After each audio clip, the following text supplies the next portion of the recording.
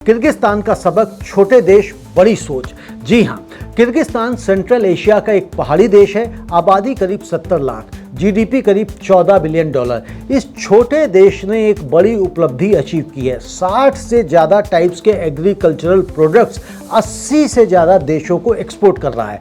Kyrgyzstan के cabinet of ministers के chairman ने फरवरी 2026 में एग्रो डायलॉग फोरम में यह डेटा शेयर किया। किर्गिस्तान चाइना को 15 टाइप्स के एग्रीकल्चरल प्रोडक्ट्स एक्सपोर्ट करता है और 3 और टाइप्स के प्रोटोकॉल्स साइन होने वाले हैं। 17 प्रोडक्ट्स चाइना को बिना एक्स्ट्रा डॉक्यूमेंटेशंस के जाते हैं। 462 एंटरप्राइजेज EU कंट्रीज यानी रशिया, कजाकिस्तान, बेलारूस के लिए एक्सपोर्ट रजिस्टर्स में हैं और 37 एंटरप्राइजेज चाइना के साथ हैं, तो 53 उज्बेकिस्तान के साथ हैं और 12 तुर्की के साथ हैं, 68 EU के साथ हैं। Q1 2026 में किर्गिस्तान की एग्रीकल्चरल प्रोडक्शन GDP 47.923 बिलियन सोम्स यानी करीब $547 मिलियन, जो पिछले साल से 102.8% अधिक है।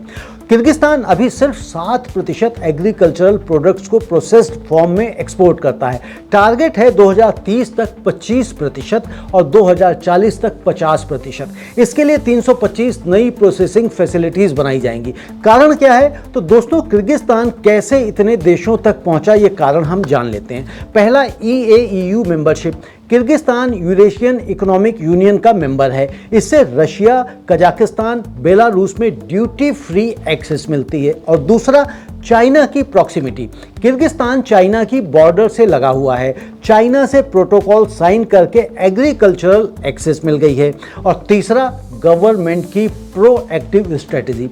State support, export registers, FPCs और एग्रो क्लस्टर्स, यह सब सिस्टमेटिकली बिल्ड किया गया है। और चौथा, निश प्रोडक्ट्स। किर्गिस्तान के पास apricots, walnuts, honey, dried fruits unique quality के हैं। तुर्की को ड्राइड एप्रिकॉट्स एक्सपोर्ट शुरू हुआ। कासिम अलीव ने तुर्की के एग्जाम्पल का जिक्र किया, जो सिर्फ ड्राइड एप्रिकॉट से $400 मिलियन एनुअली कमाता है।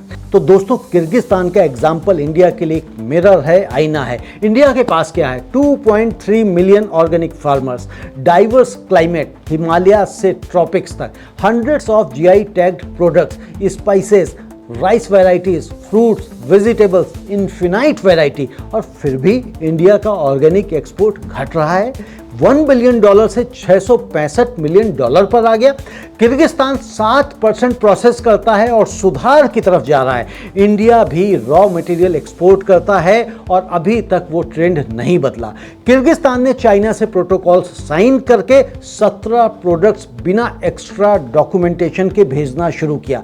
इंडिया का चाइना के साथ एग्रीकल्चरल ट्रेड कॉम्प्लिकेटेड है, GMO कंट्रोवर्सी, जियोपॉलिटिकल टेंशंस। लेकिन अगर इंडिया वियतनाम से प्रोटोकॉल्स साइन करे, इंडोनेशिया के साथ क्वालिटी इश्यूज रिजॉल्व करे, EU के साथ ऑर्गेनिक सर्टिफिकेशन मजबूत करे, तो क्या इंडिया भी 80+ देशों में डाइवर्सिफाई कर सकता है? हाँ, बिल्कुल कर सकता है। किर्गिस्तान का प्रोसेसिंग टारगेट 7% से 50% है 2040 तक। यह भी इंडिया के लिए सोचने वाली बात है। इंडिया में प्रोसेसिंग सेक्टर को और इन्वेस्ट करने की आवश्यकता है। किर्गिस्तान का यह success story central Asian agricultural exports के लिए एक बेंचमार्क बन रहा है। इंडिया के लिए इससे कंपटीशन बढ़ेगा। किर्गिस्तान के organic products, dried fruits, walnuts, Honey, वो यूरोप और मिडिल ईस्ट के उसी प्रीमियम मार्केट में जाते हैं जहां इंडिया के ऑर्गेनिक प्रोडक्ट्स जाते हैं। बिग पिक्चर क्या है दोस्तों? तो दोस्तों, नीदरलैंड्स एक देश है जिसकी आबादी 1.7 करोड़ है और वो दुनिया का दूसरा लार्जेस्ट फूड एक्सपोर्टर है US के बाद। कासिम अलीव ने खुद नीदरलैंड्स का एग्जाम्पल दिया, जहां ट्यूलिप से $1 बिलियन से ज़्यादा आता है। यह बताता है कि साइज मैटर नहीं करता, स्ट्रेटेजी मैटर करती है। एक छोटा सा किर्गिस्तान 80 देशों को एक्सपोर्ट कर रहा है और इंडिया, दुनिया का 5वां सबसे बड़ा इकोनॉमी, अभी तक $1 ट्रिलियन एक्सपोर्ट का टारगेट पूरा करने की कोशिश में है। किर्गिस्तान का सबक एक ही है, प्रोडक्ट्स डाइवर्सिफाई करो, प्रोसेसिंग बढ़ाओ, प्रोटोकॉल्स साइन करो और हर मार्केट को, चाहे वो छोटा हो अपॉर्चुनिटी की तरह देखो।